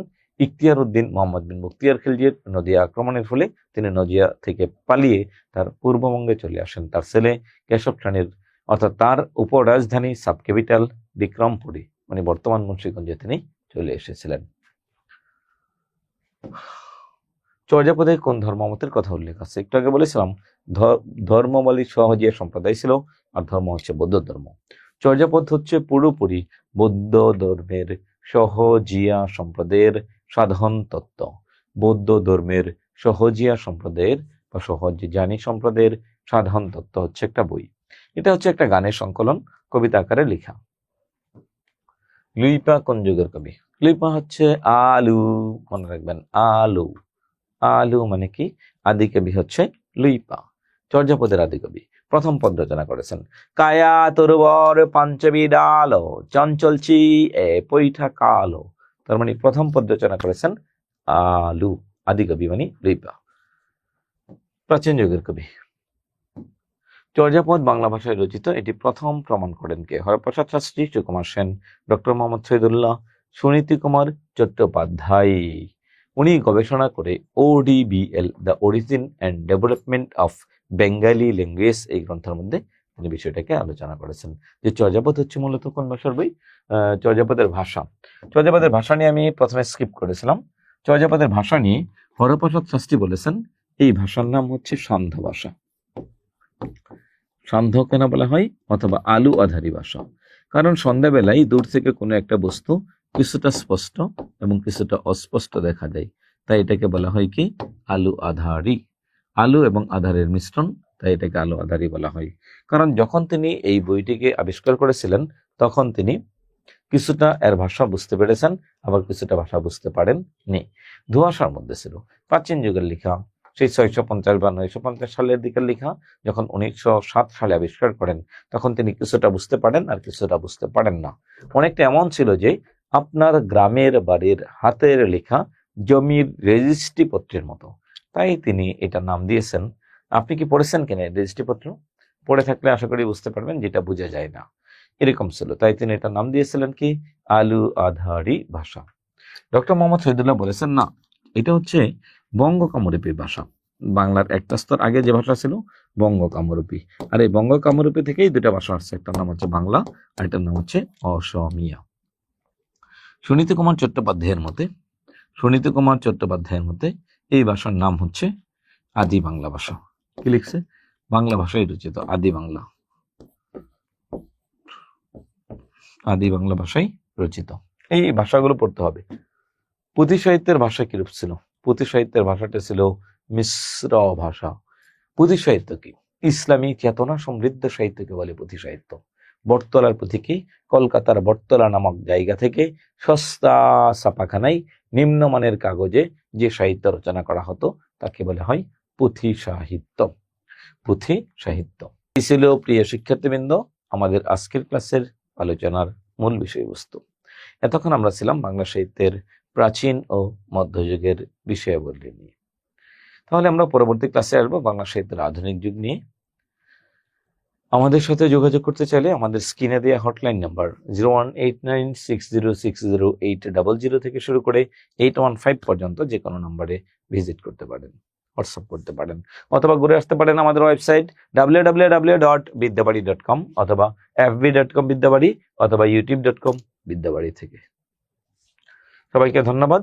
সবাই ভালো থাকবেন, সুস্থ থাকবেন। পরবর্তী ক্লাসে আবার দেখা হবে। আজকের মতো বিদায় নিচ্ছি। আসসালামু আলাইকুম। আল্লাহ হাফিজ।